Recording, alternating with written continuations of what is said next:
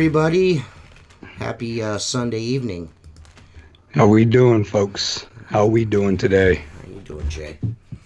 I'm doing all right, man. It's been a pretty good weekend, I'm not going to lie. Got a lot of stuff accomplished this weekend. Put my nose to the grindstone and got a lot of stuff done around the house. What's up, John Tincher? Thanks for showing up tonight, buddy. So it's been a really productive weekend, man. Took the kids out and went to Fox Island to the beach on Saturday, and that was pretty nice to get everybody out of the house and go enjoy some nice outdoor weather for a little bit. But I don't have any complaints, really. I mean, just the build up and getting excited for tonight's guest. Me too. I'm stoked. I am stoked. I just went to graduation parties this weekend. That's what I did. My cousin Mike's youngest graduated, so that's the last one for him. So we had a nice family gathering. It was nice getting everybody together, seeing everybody, especially with everything that's going on. You know, everyone's worried about getting sick. So, I mean, as typical family does, we ignored all social distancing rules and hugged each other. So, right. It is what it is.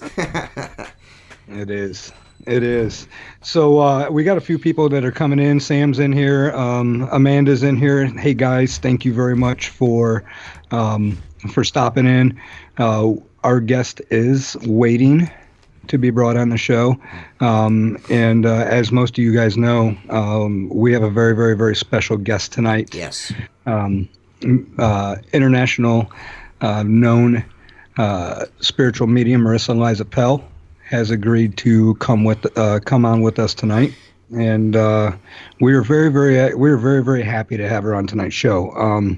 We really feel like we've outclassed ourselves on this one. So we are strings. Yes, we did. This only happened because we know very, very good people. Yeah, we know people. So she's going to come on and she's going to talk about everything she does. We're going to hammer her with a lot of questions. We're going to talk about some cool stuff. She's got a wonderful personality. She's very down to earth, and she is very, very good at what she does. So, we're really, really excited, like I said, to have her on tonight because this is kind of a little bit more of a different pace than what you guys are used to. Yeah. So even us as well too. This is a little bit more of a different pace for us as well, and we're really excited to take this show into this realm, into this direction, and really see how you guys like it. But before we get any further, so how many people we got in the chat, T? I'm showing 5. Is that accurate? No, we're like 12. Okay. Yeah, I see. People are slowly articulating in, but just on with the show. Yeah, all good. So anyways, I just want to talk a little bit about who Marisa is. Marisa Liza Pell is internationally known as one of the most detailed mediums in media entertainment today. A gifted spiritual channel, medical intuitive, inspirational speaker, writer, TV personality, and radio talk show host. Her media credits include nearly 20 years of regular segments as a featured personality in a major market morning drive radio program. So like for all you people who commute to work and listen to a lot of those morning talk shows, she had made about 20 years of appearances on shows just like that. She's also the creator and host of Intuidate Radio, the only talk show of its kind that intertwines relationships, dating, and intuition. And she's currently touring and performing sold-out audiences. And Pell brings a riveting interactive experiences to audiences nationwide with connection beyond live. So this day and age, I know that she's got a passion for health and wellness and using her gift and her abilities to help people in her every single day lives. I mean, how do we deal with what's going on with COVID, government stuff, elections, what's going on a local level for all of us. on a national level, even on an international level. She hosts all kinds of a couple different shows, I think daily, on her Facebook page. So she's got like an office program, and we'll talk about that. She's got a porch program, and then she's got a really cool lounge program. It's kind of zany. It's kind of a lot different than the other two. So we're going to talk about all of that, and let's go ahead and bring her in. Hello, Marisa. Hi, Marisa. How are you? We're great. How are you? I'm great. Thank you so much for having me on. Good gosh, thank you for coming on with us today and giving us your time. I know you're really, really busy. Yeah, during the quarantine, I'm really busy. Well, doing a lot of stuff. Well, but yeah, and right. I say we'll talk about that too, because I don't know if you've really been furloughed with what you got going on with your newest endeavor, which we'll get to here eventually. But more than just thanking you for coming on the show, I want to really, really start for everybody who's listening to the show. I want to start back at the beginning of your career. Right. And how did you get into, become, or just realize that you have this gift of mediumship? How did that come along? Well, it kind of just came along. It's kind of strange. I was adopted, so I didn't grow up in my family of origin. And when I started to become around age 14, I started to have some spiritual experiences. And if I go into each one of those in detail, it's like a long we'll be story. Here all night, right? But they were actually religious experiences. And I saw like a light went into my chest. I saw religious figures. I woke up and I was like, I want to go home, but I was in my bed at home, and something kind of activated at that point, where I felt different. But what's interesting is that when that got activated, as soon as that got activated, I started going down a very dark path in my life. So from age 18, something spiritual got activated, and then a dark path followed for me. It wasn't until I went to college, I went to graduate school. I didn't plan on doing this.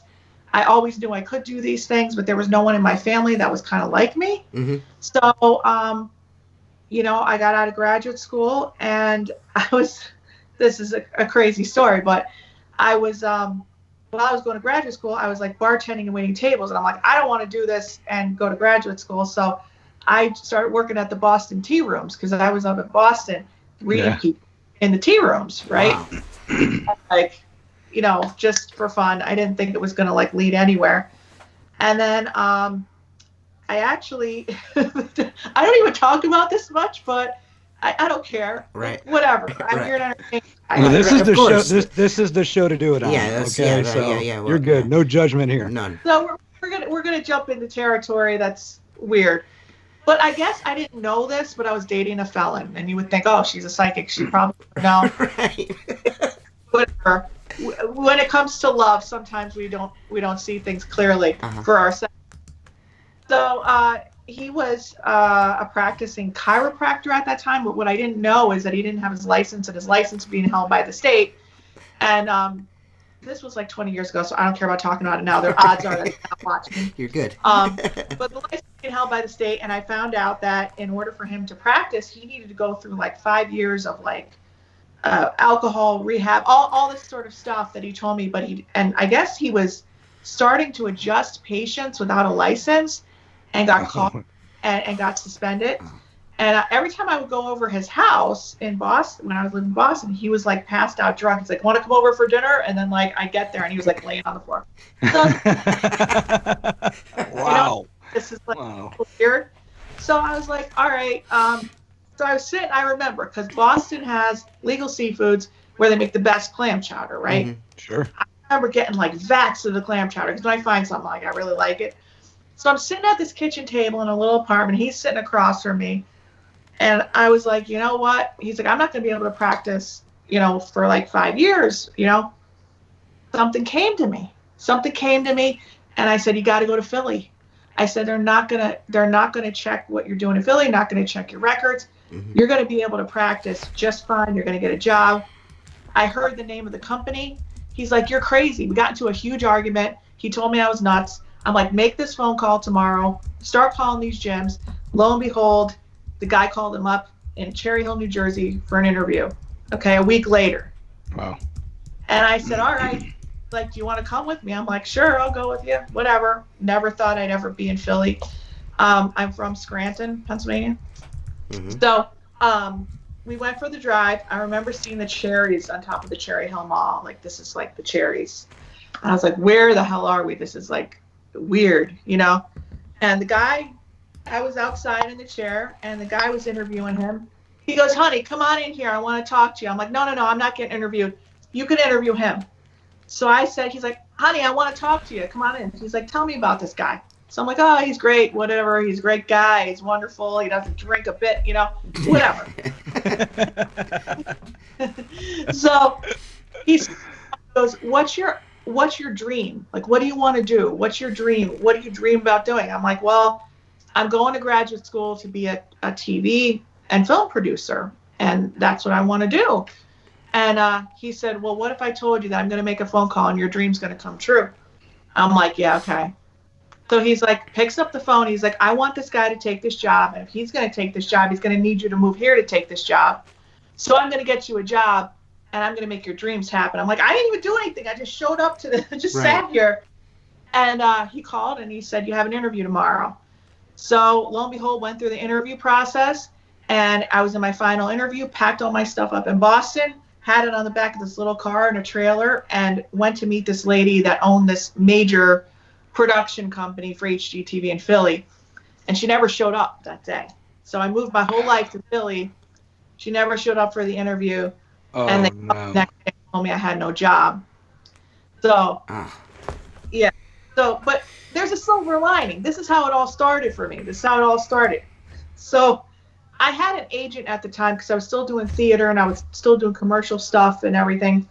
And he called me up. He said, I need you to, I prayed. I remember praying because for 9 months I didn't get a job. Like, I couldn't get a job even in a mailroom. I had a master's degree in the best school in the country. I couldn't get a job. I was so depressed.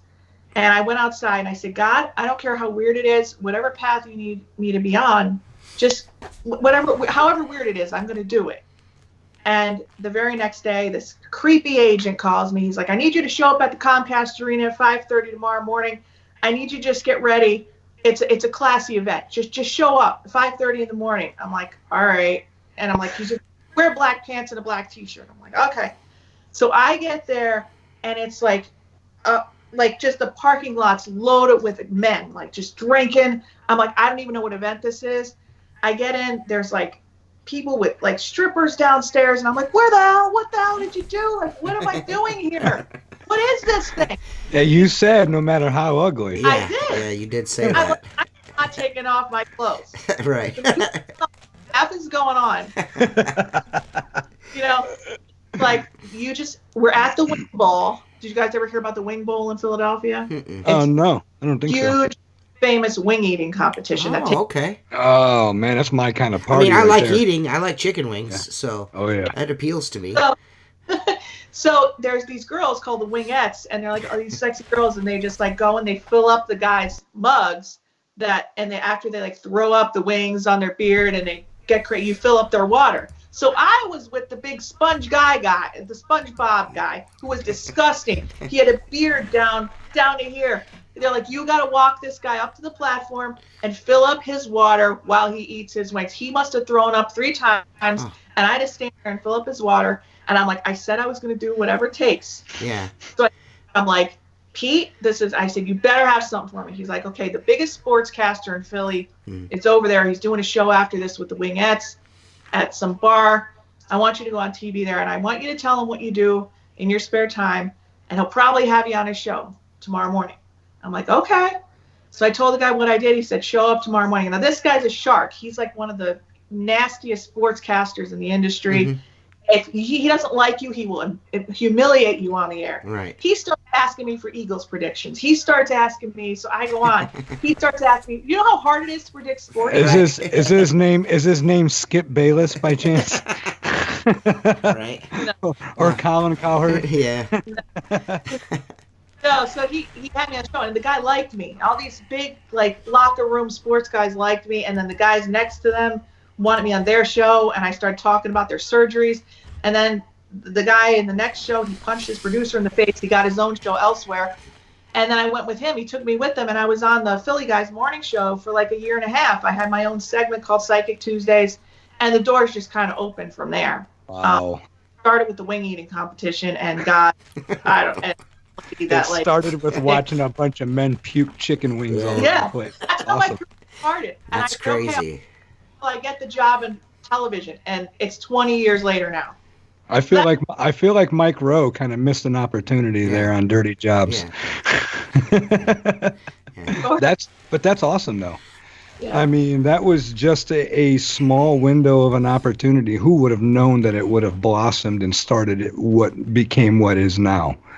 You know, I mean, and that's a really, really great story, because what a lot of people don't understand is that people who often get to the top or they're successful, you know, everybody's got a struggle behind that. You know what I mean? So I certainly appreciate you sharing that with us, because that's a great story. There's no doubt about it. So let me ask now. I mean, most of your experiences early on were religious experiences. Now, were there? Yeah. Was there any paranormal things going on? I mean, were dead people talking to you and kind of trying to come through or anything of that nature for you? I had no idea I was a medium for like the first 5 years of my career. I thought I was a psychic. I would watch John Edward on television and be like, thank God I don't have what that guy has. Like, I don't want to talk to the dead. But the whole time I was doing it, and there was no mentor or somebody to tell me, no, this is what you're really doing. Right. Down with cards and stuff. And I wouldn't be reading them, just stuff would be coming through this way, and would be telling people stuff, and they'd be like, oh, that's so-and-so who passed, and this and that. And I remember a medium called me one time. She said this guy passed, or they couldn't find, there was a missing guy. They couldn't find him.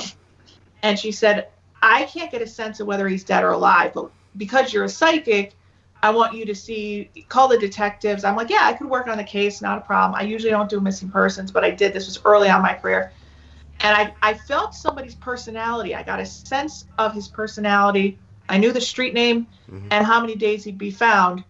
And after it all happened, I was like, oh my God, this is what just happened. I just talked to a dead person, and I didn't sleep for a month, and I didn't talk to anybody for a month.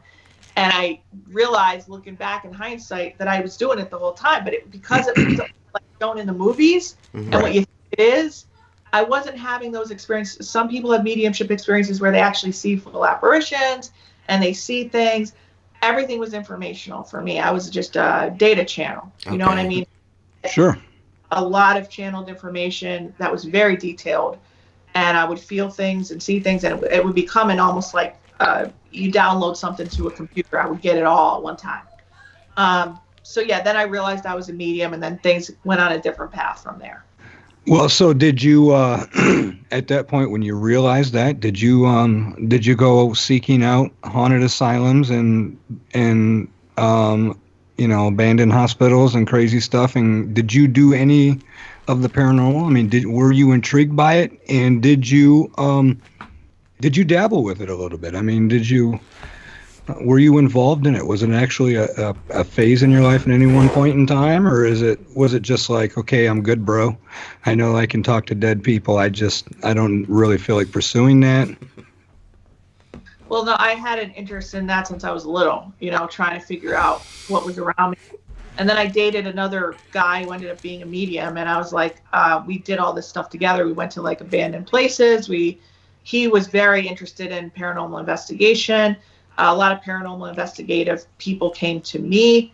I started partnering with paranormal investigators at different events. And then I became very interested in historical structures, because a lot of places in big cities were being torn down. And I thought, if I brought the mediumship and brought awareness to it, because I was doing a lot of TV at the time, I figured I could help get these places money to be restored. So it became awesome. It became like an activism thing for me. So I'd hold like Halloween events at very haunted places every year. There was haunted, you know, and then I did a haunted Philly week all from CBS 3 in Philly, and I went to like the Betsy Ross house.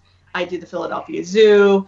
I did just different. I can't think of all the places, but I did like a week's worth of the Belmont Mansion.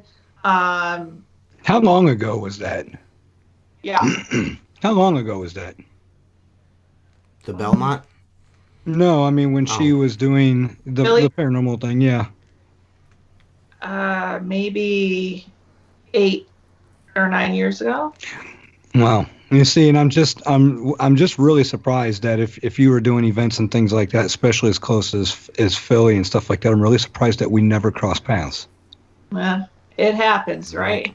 It does, but not very often. Not in this community. It's a big community, but it's a tight community, so it's hard knowing that somebody was in there or not. And I've been involved directly in a paranormal community for a little over 15 years now. So, but that's really, really awesome. That's so. At what point did you just realize that this isn't my call? I don't want to really. This isn't really what I want to do with myself, and I want to make decisions to do something more positive with your gift. Well, I didn't necessarily think it was negative. Because I was helping the community. I was getting awareness out about historical sites. Sure. It's still a passion of mine, because I would go in these places. There'd be a caretaker of these historical sites. A spirit of like the past would come through and talk about what they wanted done with the restorations. These are historical figures. They would talk to the caretaker about it was really cool. The problem was that I was getting negatively physically impacted. Sure. And I could not, I was like in some of these places, I was feeling physically ill. Yeah, and I guess that what a lot of people don't understand is everybody just automatically thinks because you're psychic and you're a medium that, you're not impacted, like you have superpowers over this. But I don't think people really understand that you're actually affected more that way because you are in tune with them. So under certain circumstances, it could be very torturous and really annoying. Wow. From what I understand. What I'm wondering is if you don't mind me asking, is how did all this affect your personal relationships, like with the family? How did the family take this? When you were like, I'm in graduate school to do this one thing, and now I'm kind of veering off this other, which is not a traditional path to walk. What did the family think about it? Well, my family's very religious and Catholic. Okay. And where I believe, like I'm kind of all along, I believe that the gifts were given to me from a spiritual place. So I'm not a spiritualist. I'm not a New Age spiritualist. Right. But my family, they just didn't want to have anything to do with that for like half of my career, especially my mom. She was like, do what you need to do, but I don't want to know about it. I don't want to hear about it. Like, there wasn't much support. And then I got I became really sick, and I had a show out in Princeton, and I was living back in Scranton at the time. I'm like, Mom, I have to go and perform at this show, and you have to come. You have to drive me there. Like, you just have to come. So she's like, fine. So she's like, she opened the back door to the room, and put her chair there against the door so she could run out if she needed to. Mm-hmm. And what she saw that day was so many people's lives changed, and people just getting moved, and strength and hope from the messages. And she became a huge supporter after that. Cool. And started being a part of registering people at events, and started to believe this. And so, but the thing is, I need to be a normal person. So my friends and family, after 20 years of this, we don't really talk about this stuff unless. I mean, to me, it's like they go hand in hand. You know what I mean? Religion and this kind of thing, and the belief in paranormal, they have to go together. Just me personally, I mean, you can't believe in the spirits and stuff like that and not believe in an afterlife, a heaven and a hell and all that stuff. So I don't know. To me, it just kind of meshes together. But especially a very spiritual religion like Catholic. Yeah, oh yeah. Because the Catholics are very, very spiritual, very spiritual people. Yeah. Absolutely.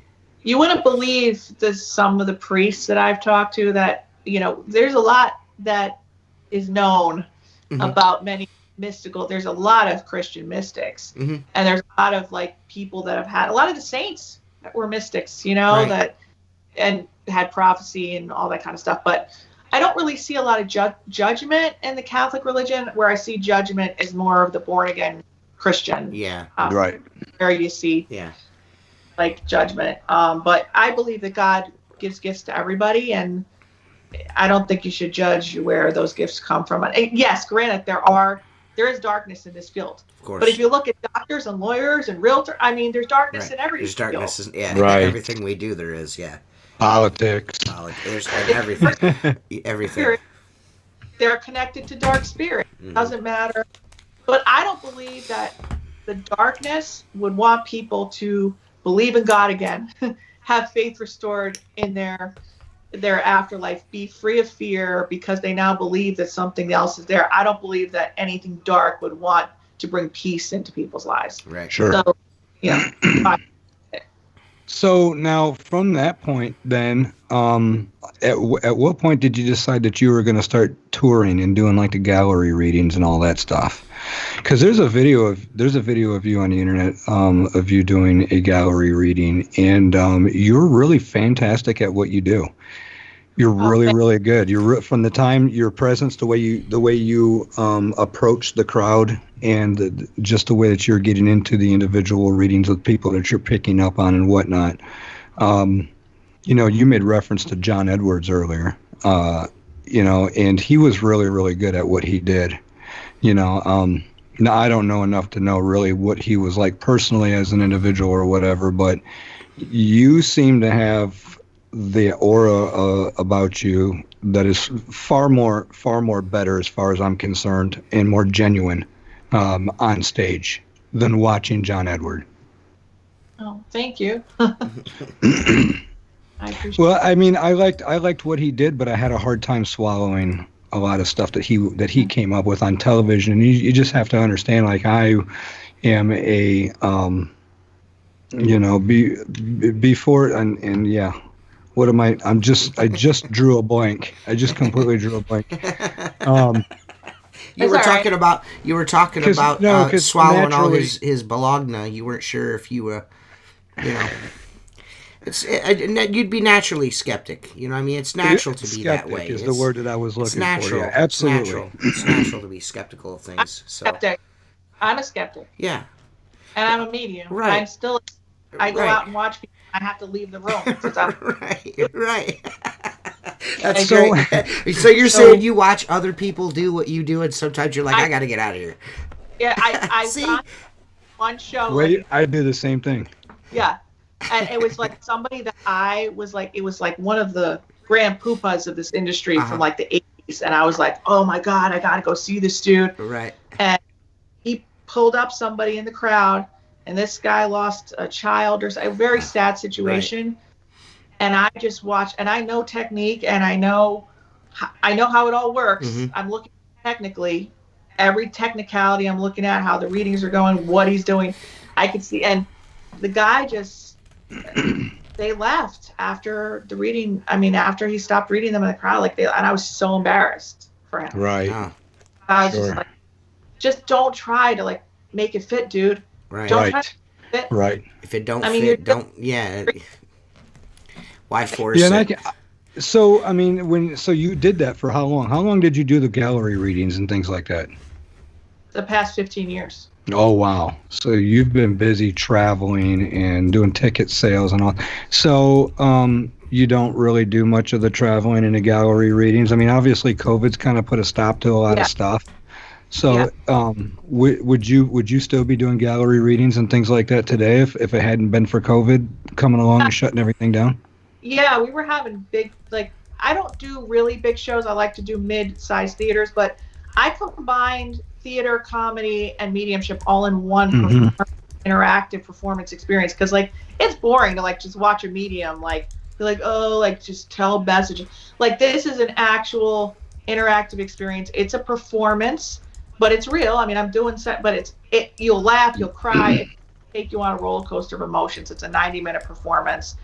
So yeah, 15 years ago, it started in a little angel shop with 8 people. And then, recently, now we're filling theaters and it's an actual show. But yeah, with COVID, things did stop altogether. Right, so I do miss, I just miss my passions, theater, improvisational comedy. I'm a medium. So it puts all those passions together. And I love performing in front of a live audience. It's just so much fun. Right. It's a great time. Even if you don't get a reading, you still have fun. Right. Right. And to be up on stage like that and to be selling tickets and filling seats like that week after week or performance after performance, I mean, that takes a lot of gift. People really don't understand what it's like to get up on stage and have to perform. I get up on stage and I talk, okay? I don't perform. I just talk. Okay. I've got no problems talking. So, like, literally 10% of everybody is totally into what I'm saying, and the rest of the 90% is just there because they wanted to sit down and relax their legs. So... but I couldn't imagine being somebody who was on the spot who had to entertain, but, you almost kind of seem natural about it. I mean, it doesn't seem like it's work to you. You just come out and it just flows. Well, that's what it looks like. Is there a lot of prep work that goes into that? I mean, do you script anything? Absolutely not. I have no idea what's going to come out of my mouth before I get on that stage. So you're just flying on the piece by the seat of your pants. I like that. I can dig that.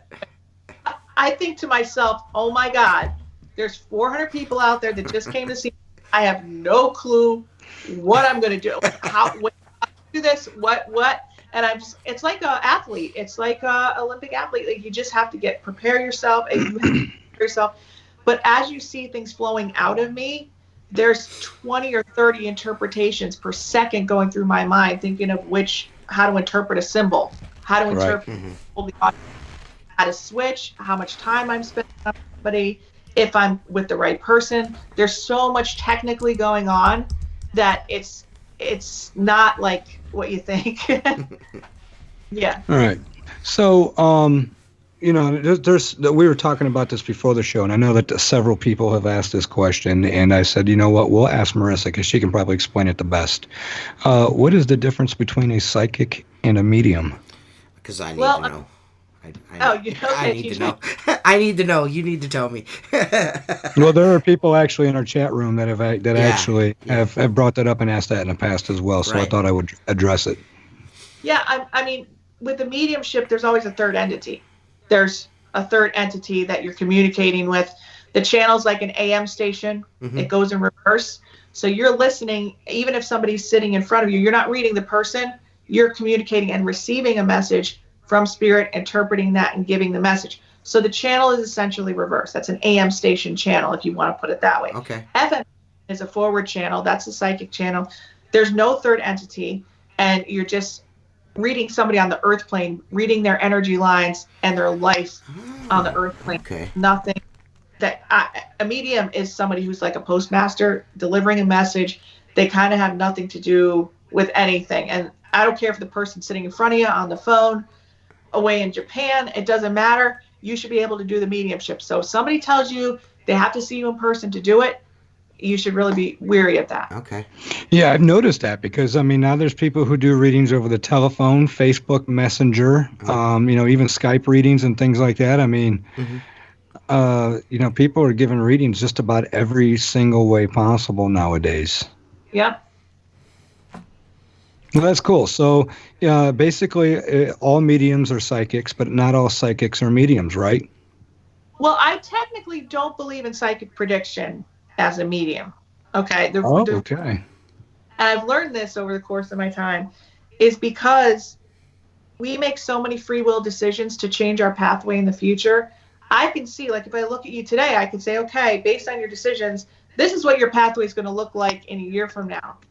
But if you decide to make a major change in your life, or you decide to go in a whole other direction, your future changes and your pathway changes. So yes, we're meant to hit certain destiny points, but we don't like somebody who calls me and says, hey, tell me my future. I'm like, you're not calling the right person, because it all depends on your decisions.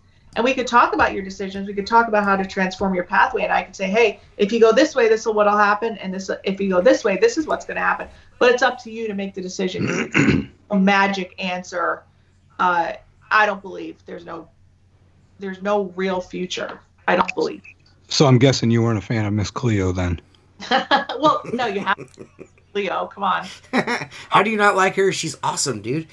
You know what? I can still remember those infomercials about her. Call me now for your free psychic reading. It was the best. Days on end. Days on end. That was late night television. Yeah. You couldn't go through a commercial break without seeing her commercial at least 3 times on there. So Yeah. And she's actually passed. She passed several years ago, as a matter of fact, because she spent a lot of time in prison. Did she really? Yes, she did. That's yes, great. she did. That's pretty much what ended her career. She didn't run out of money for infomercials. She literally was arrested and put in prison. So that is all I got to say about that. So now, Marisa, you're kind of been doing, especially now since you've got COVID, you're kind of like on this new path of I guess reaching out to your people in need, especially in times like this. So you do host several live casts from your Facebook page. You got 3 of them currently right now. One of them is the porch, one of them is the office, and the other one is the lounge. Those are the names of those. Dude, it did. I don't even know how this all Listen, happened. I think it's great. I'm just wondering if those are the actual names. Those are because I was sitting in an office, I was sitting on a porch, and I was sitting on a couch. Self-explanatory. What else do you need? You don't need to church it up or nothing. It sounds good. But they all have. But the cool thing about it is that they all have different formats. T. So the office and the couch are more of your and we'll talk about it, but more of your frequent, different type of subject matter, and then the lounge. Okay, the lounge is like sit back with a really big bottle of wine and let's talk about some crazy stuff. Okay. Yeah. So it's more of like a dress down, let's have fun kind of a thing. And I get myself, like just today I watched 3 episodes. Really? So yeah, absolutely. I've gone through a whole lot. We're binge watchers. Yeah, we're binge watchers. Yeah, we are. No, I'm going to tell you, when it comes to this podcast, I know we're not really polished because we really don't want to be, but we do our homework. We try to do as much as we possibly can. We cram research and learn as much about our guest and about our subject as possible. It's like usually a night or 2 before the test is when we start cramming. No, I started last. I'm guilty of that. I'm a last minute prepare for tests. Last minute, all the time. So why don't you, that way it's fresh in your head. You know what I mean? You don't have to. It just comes automatically when you wait till the last minute. And for me, I got to start early just because I'm slow. Right. So, but here's the thing. I'm a business owner and I'm a man's man. I listen to heavy metal music and crazy podcasts about serial killers on the daily. But I started to listen to a lot of her webcasts that she does. And they are really very, very good. Not only are they just very good to listen to, they're easy listening because of her personality and all that, or your personality. I'm talking to you, but the subject matter, and it's very, very informational. Like you're not generalizing everything. Like you put everything in the layman's terms. And the thing that I like about everything is that most everything is talking about what we're all struggling with. Like you come on and I listen to one of your live casts and I'm like, oh my God, I swear to gosh, she's been watching me. She knows how I feel because, and you're talking about just recently sliding out of Mercury retrograde and everything that's been going on and the energies of everything, for people trying to improve their lives and all of that stuff, how it's just been, it's been a real tough time for everybody. So that's kind of like what you've really been focused on here recently, and they've been excellent episodes. So could you just tell us what the difference is between the office, the lounge, and the porch? Literally, guys, it's just hilarious because I was, we were all in this pandemic. I'm like, I haven't made a video in a year because I was so busy doing other things. I was like, I got to connect with people and just kind of give a service and tell them what I feel is going on just so people don't feel alone. Mm-hmm. And then people liked them. And it started just me walking down the street or in my car. And then it turned into, I was doing it in the office and I was doing these weekly energetic webcasts. So like the office turned into Monday or Tuesday, beginning of the week. This is when we talk about the weekly forecast, what's coming up in the world, what you need to do personally. We talk about some different signs. We talk about, I get random information sometimes, and it's very much, okay, let's go. This is the agenda for the week. This is what you need to do. It's more intense. Midweek is the porch. You sit down and it's all about manifesting. It's all about taking a breather and talking about how to change your life. So it's a little more low key. And then the lounge, that's just weird. I put on jazz and I sit there and we talk about love lives and we talk about just weird stuff, and it ends up being just really funny. So that's usually on the weekend. So it just kind of evolved that way. And I had a house with different rooms, and so I just started calling them wherever I went. And then I started to think, oh, well, I do different stuff around this time. And then, so that's pretty much what I'm doing. Who knows what's going to come next? And now I'm decorating all these places so people can see them evolving and me evolving, and who knows? Yeah. And just so that everybody knows, just look up Medium Marisa and Liza Pell on Facebook. And if you go onto her page, make sure you like the page and just click video. Go look at video. She's got all kinds of stuff there for you to check out. I started at the top and started making my way down. That's what I started to do. And I've made it through quite a few of them. I'm not going to lie, I haven't made it through all of them, but I've made it through quite a few of them. So I know that a lot of our listeners out there are very, very interested in learning more about the energies and improving their lifestyle or your relationship problems or whatever. So I highly recommend going to her Facebook page and just going back through them, and then joining her weekly on these shows. Yeah, I do them live on Facebook, but if you have YouTube, I'm on YouTube on Connection Beyond is the page, and that's where you see the haunted stuff, the haunted Philly weeks. Everything's on there. Cool. Oh, okay. So make sure you guys go subscribe to that as well. Yeah, yes, absolutely. Hit that bell. Yeah, definitely. And if you miss the live feeds and you are subscribed on Facebook, you'll get them in your email instantly, because once I finish on Facebook, I upload them to YouTube. So very good. All right. Okay. Yeah. Awesome. And now, so what? Because I there's a few things that I want to talk about, we'll get to them immediately after this next question. But what is it that you're doing now? So aside from being a medium, what is it that you actually do? What's your daily grind or your passion?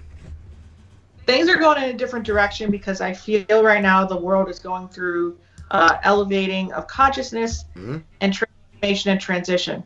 So if people just come and get a reading, they're not going to be changing. They're not going to know what they need to do to elevate to the next level, to change their patterns. Because I could predict all day long. I could say, hey, Jason, you're going to meet somebody, you're going to do this, you're going to do that with your business, but it's all based on your current pathway. And if your pathway is cyclical, like most of us are, and it's repeating a certain pattern, I'm only going to predict the future of the cycle for you.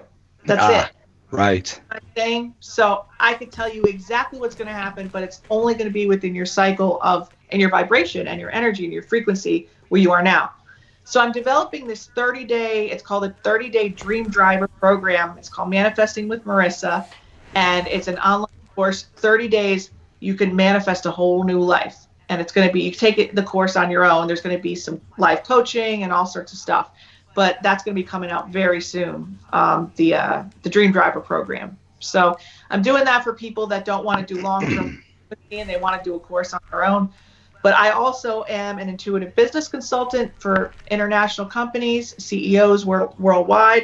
I help people figure out what the holes are in their company, why they're not making money, and help them to develop strategically within their business. So I do a lot of work with Wow. So you have CEOs who get a hold of you and say, hey, I'm really struggling with this. What can you tell me to do?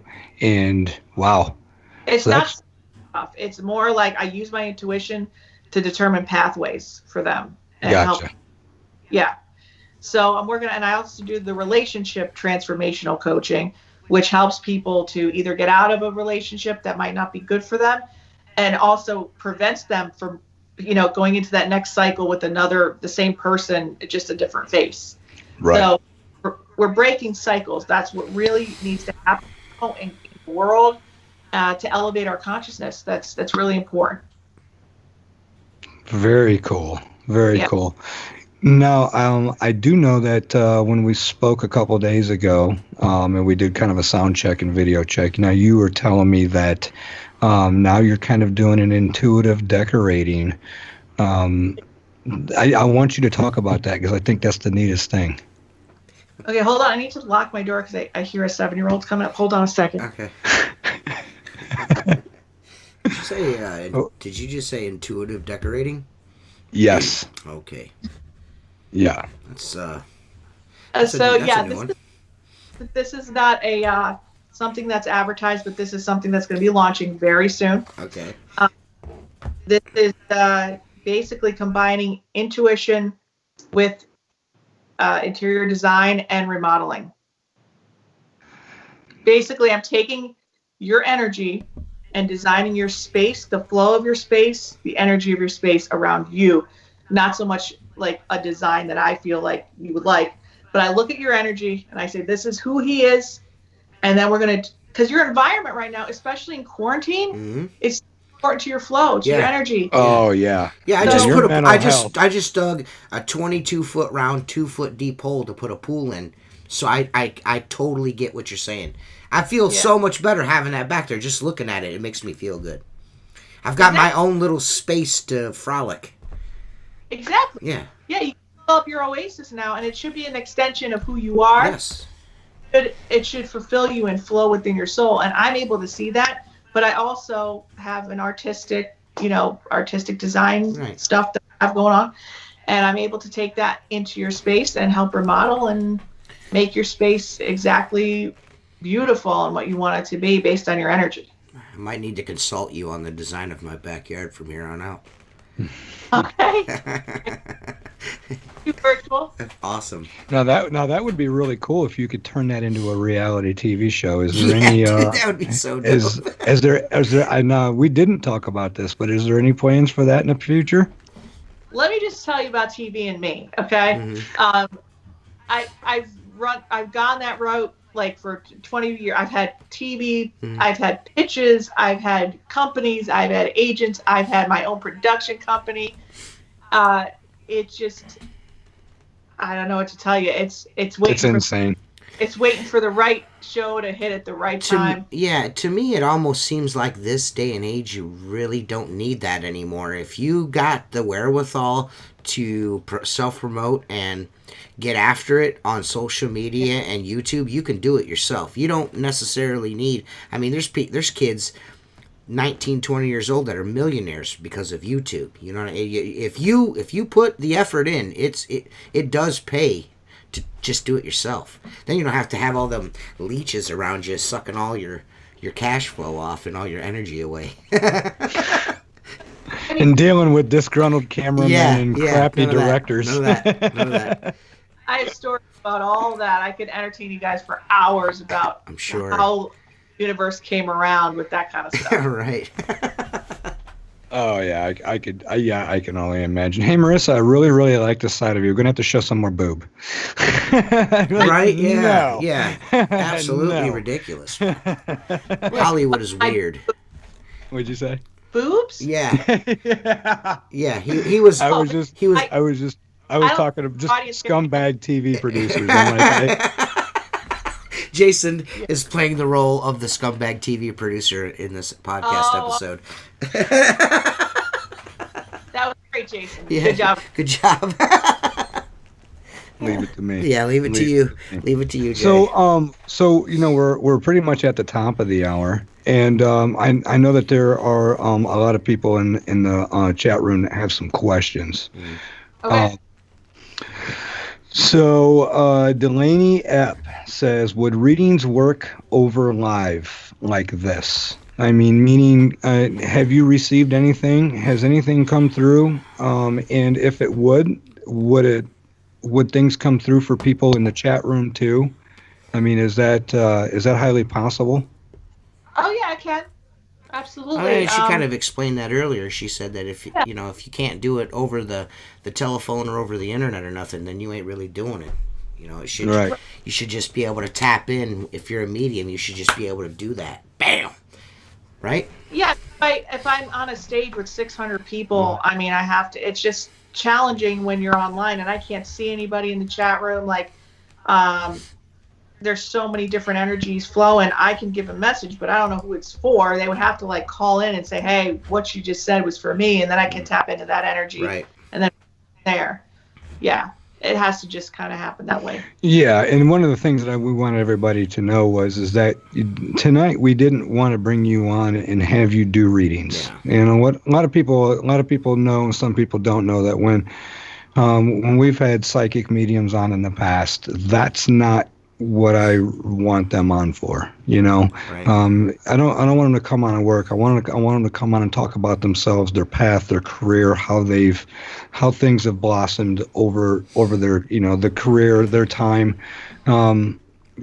There's plenty of people out there that are doing live readings on Facebook, guys. Right. You guys can go out there and and get all that, but realistically, to be completely honest with you, I just really wanted to dig into who Marisa was, because from this point forward, you guys can get a hold of her for anything in the future. I mean, Right. you got videos out there. You want to get a hold of her for readings or whatever she offers, you guys can do that. But we really just wanted to talk about you because we think that you're really spectacular. If there was anyone coming through right now, especially for me, they would be super loud, and you would not be able to ignore them. If it was anybody from me, I can assure you of that. I can assure you of that too, because I know exactly who you're talking about. I've known you long enough. Right? Yeah. There'd be no denying it. That's great. Absolutely. So I would really, really love to do something in the future. I know that you had talked about your lounge. Mm-hmm. Your lounge show and possibly having some guests on to talk about the whole paranormal side of things. So, I know that I am definitely down for that. I know TJ is as well. We would be really, really happy to do that. We got to work through some questioning on how we can make that happen. Yeah. But if people want to get a hold of you, Marisa, what's the best way to do so?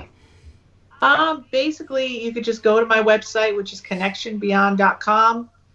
The YouTube is real simple. It's Connection Beyond. And then if you want to, Facebook is where I'm the most interactive. Mm-hmm. And that's just Medium Marisa Liza Pell on Facebook. I do have an Instagram account, but that's completely different part of me. I do a lot of my design stuff on there and food that I make. And if you want to get into my artistic side, it's Medium Marisa Liza Pell. Everything's pretty similar. If you just Google Connection Beyond Medium Marisa, you'll find all my stuff. Okay, cool. Gnarly, man. Yeah, that's really awesome. And once again, we do want to appreciate you. We do appreciate you. We want to thank you again for coming onto our show. We were really hoping that coming up to this episode that you hadn't watched any of our past shows. They're bad. I get everything that I got. I talked to Jason before. I got stuff, and now I'm still getting stuff for Jason. There's still, you. Okay. Your name's Jason, right? You are Jason, correct? Yeah. I'm just checking because if you aren't, we've got a problem. Yeah. I was just reading Jason Lehman's comment in the chat room, the classic comment that he made about me. Yeah, that's great. So you're having things come through for Jay. Yeah. Really? Yeah. Yeah. I feel. Well, that's really interesting because obviously there's a whole lot of chaos and things going on in my life right now. Yeah. I just want to tell you that I'm feeling like you got to clear some people and things out of your life because there's still a lot of negative cords and things attached to you. Your aura, it's just dark. You know what I mean? But you're such a good person. Mm-hmm. And I just feel people just pull from you like a vampire. Like you're there for everybody else, but who's really reciprocating and giving back to you? I feel like your life force energy is so depleted, so that's really coming up for me. And also somebody named Tom in the living, not somebody passed, but somebody named Tom is going to be a big help to you. Okay. So Thomas, Tommy, you don't know him yet, so don't worry about it. Or last name Thomas. Okay. So that's going to be really important for you. There's going to be an American flag that's going to be very significant with this Tom. I don't know if he was a veteran, a war veteran, or there's something military connected to him.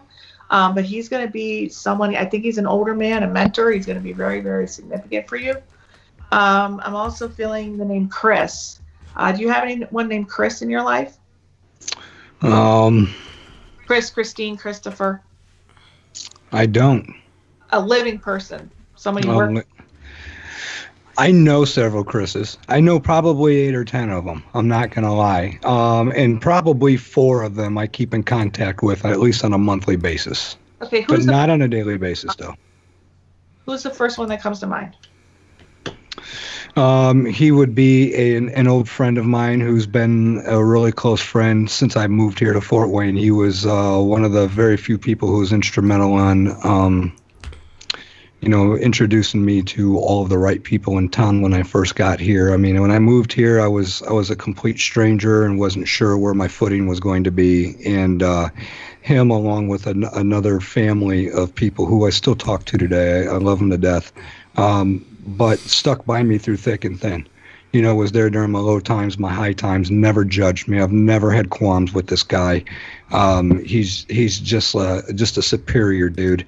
And yeah, he's been really, really close to me for a long time. Well, I feel like it's going to be time for you to give back to him because I feel like he's going through something. He's struggling. I get a sense of somebody coming through that passed around him, somebody that was very, very close to him. I feel a male figure around that. I feel the name Mike connection to him. So that could be Mike in the living or Mike in the past. It doesn't have to be this guy's name. Mm-hmm. Michael, very close by. But this guy is coming in and he's making me feel like there could be a very serious issue in the family coming up for him if it hasn't happened now within the next 3 months. But they're asking you to really be there for him, to check in on him, because he's not somebody that's going to come to you and ask for help or ask for support. Yeah, he's stubborn like that. He never would. He's just like I am. He refuses to ever ask for help. So that's really good to know, though, because him and I are an awful lot alike. Yeah, and I feel like it could be a relative who's not doing well or somebody it's a family issue that and that's very troubling. And I just feel like I just want him to know that everybody around on the other side is here to support him because I feel like sometimes he does go into himself and he feels very alone, like he has to handle everything himself. I do also watch your knee, your one knee. Okay, I'm getting a little bit of knee pain. Mm-hmm. So, if that's what you or TJ, it could be TJ, not sure, but I'm getting something with the knee, so just make sure if it's cracking or creaking, just be careful with it. We're both broken. I mean, we both crack and creak from head to toe. I can tell you that right now. But to be honest with you, it's funny you should say that because I was coming down a wet ladder the other day and hyperextended my left leg. And the MCL area of my knee has been very, very freaking sore. A little bit of swelling and stiffness in the morning. It's been that way for about 6 days now. So that's actually right on. I feel it very inflamed. Like you need to just be very careful with like picking up heavy things. Sometimes I feel like you push yourself sometimes when you shouldn't. Mm-hmm. Just don't pick up stuff like for some reason, anything that you pick up like with your upper body could affect that inflammation on your knee. Because I was rubbing my left knee actually, so I could feel that. Okay. But yeah, I just feel like with you, I feel a tug of war, man. I feel like they have that game, the tug of war, and like they're in the mud and somebody's pulling this way and somebody's pulling that way. I just feel like you're going to be in a real life tug of war coming up in the next month, where you think everything's settled and you think everything's calm. Sorry. I know, Sorry, right? dude, the hair's standing up on Holy the shit, back of my head. Holy the hair shit. is literally standing up on the back. That's wild, dude. That's wild. The only reason why I think that's wild is just, because me and Jason, we're close friends, so I'm aware of, some of his personal goings-ons and the things he goes through on a daily basis struggle, and that's fucking wild, man. Sorry to drop the F-bomb, but that's wild, man. You know what? Yeah, that's a first for me. That's the first time wild, that literally dude. Somebody's ever said something and the hair literally just stood up on my body. Yeah, that's really good. That's Or nice because he's usually has the spirits all around him. They actually step back so somebody could come through for you. Because if people were here for him, he would get totally ignored because he just has the draw to the spirits just come real fast to him. Wow. So really, yeah, okay. the blocked one. the one that people can't read, but I mean, you are a clear channel tonight. Really, you're coming through very well. I've been on this thing for the last 2-3 weeks where I've really needed to personally work on transparency. I've got walls that are a mile high, so I've literally. Wait, I'm sorry, something's coming. I don't want to. They're still talking to me, and if I get distracted, I'll forget it. All right. Go ahead. Information. No, go ahead. I'm sorry. Yeah, they're showing me something with somebody drinking too much alcohol. Okay, I'm getting something with alcohol, but I'm also seeing there's another substance connected to it. It's not just alcohol. There could be pills. Okay. Okay, like an anti-anxiety pills, Xanax, Klonopin. I don't know. I see little white pills. I don't know if sleeping pills. I don't know what it is. But there's a sedative in conjunction with alcohol. I don't know who this is around you, but I'm getting a sense of an addiction. Wow. Okay.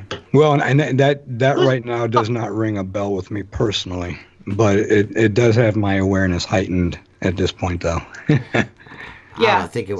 Maybe something that I need to keep an eye out for. Yeah, right. You know what I mean? Maybe going in another direction there because that's something immediately came to mind for me. So, but that's yeah, and that's just it. Is there any other than just the alcoholism and the drug use? Is there anything else associated with that? Is it a female or a male or an age or anything? Are you getting anything with that? It's a female, and I feel like whatever the pills are hidden, so nobody would really know about that, and you couldn't really tell that somebody was using them. Oh, okay. Interesting. Okay. These could be prescription medication just taken more than they should be taken. Okay. All right. Well, that's good to know. I feel like I see a prescription bottle, and I see the name on it by the doctor prescribed, so it's not anything like a street drug. Oh, okay. Okay. Yeah. If combining that with alcohol could cause causing some problems. Sure. Be combined with alcohol. Absolutely. Even be, you don't know. Could be a statin drug. Dude, okay. So wow. You have a lot going on, Jason. I'm very concerned for you because your life force energy is so low, and you need to refill your tank to deal with everything that's coming for you. I'm trying to, through self-help and owning up to my shortcomings. It's coming out and being more transparent over the last couple of weeks has literally started to help me heal. I feel like I feel so much more. Like I posted a post on Facebook the other day. Somebody said something about me loving attention. I says, you just need to get it right. Facebook is not for the attention. It's for the distraction. Yeah. And at the same time, me being as public as I am and just putting my soul, my heart and soul on my sleeve is what I've done. And I feel really, really great for it. I feel like it's kind of healed me a little bit, and I know that it's a long process, but that's probably why I am open right now, because I've pretty much opened up the floodgates and just kind of said, hey, look, if I'm going to heal, I'm going to be able to do this, but I got to own up to, what I need to improve with myself and not be afraid of so much outside coming in and hurting me at the same time. And that's the challenge, because you're saying you're opening the floodgates and letting your guard down. This is not the time to let that down, because I feel like there's so many negative forces around you that can take advantage of that opening. So you need to let those walls down with people that are helping with your healing, but when you're not, you need to make sure that you're very protected. Be open, but be cautious.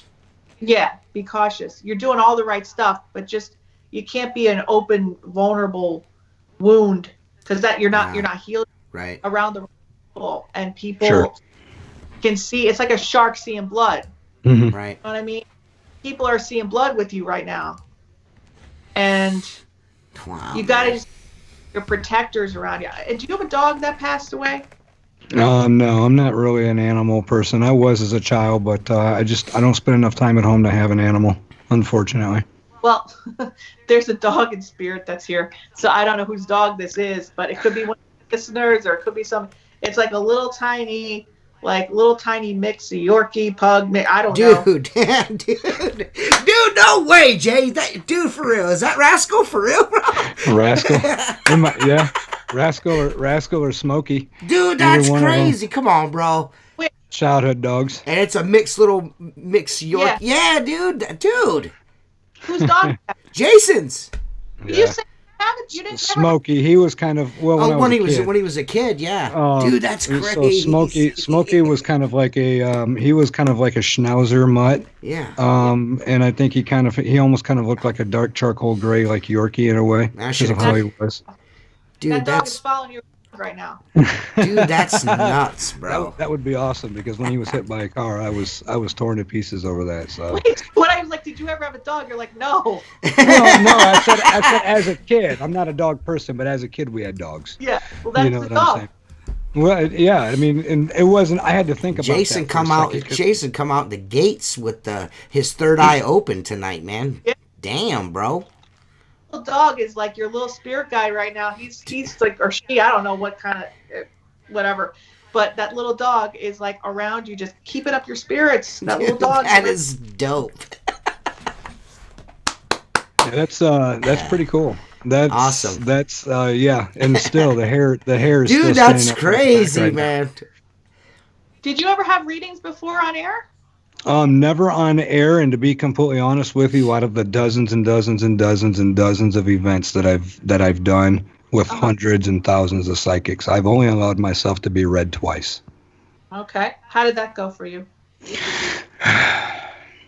Interesting. Not nearly as accurate, hitting on random things like you just have. Dude, yeah, dude. You don't have access. Marisa, you don't have access to my personal life like a lot of other people do, because all my pages are private and everything else. Mm-hmm. So to me, sitting down across from somebody who I've known as a psychic medium for 10 or 15 years, you almost kind of somewhat discredit that, because it's like, okay, well, you know me so well, and it wasn't that the messages were wrong, but they were very vague, and they could have been very generalized for just about anybody, especially anybody who could easily see or know what was going on in my life at that point in time. But to have somebody come on cold like you have, and we don't know each other, and hit it like that, I'm not going to lie, that's something else. That's kind of. I'm sorry, I can't even contain my reaction. It's fucking nuts, man. It's nuts, dude. That's crazy, dude. I mean, I feel good about it, and I do. Yeah, dude, that's awesome. Appreciate you sharing that information with me. I really, really do. But like I said, the hairs are still standing up on the back of my head. Anybody in this chat room who knows me in person, knows that that's not me. I'm not the creeped out guy. I'm not the surprised guy. I'm pretty just. But for you to come on and hit home like that, that's really good, man. Has me just about ready to fall out of my chair right at the moment. I'm weak from the waist down. It's really good. Well, that could be taken a couple different ways. That's awesome. Yeah, I suppose it could.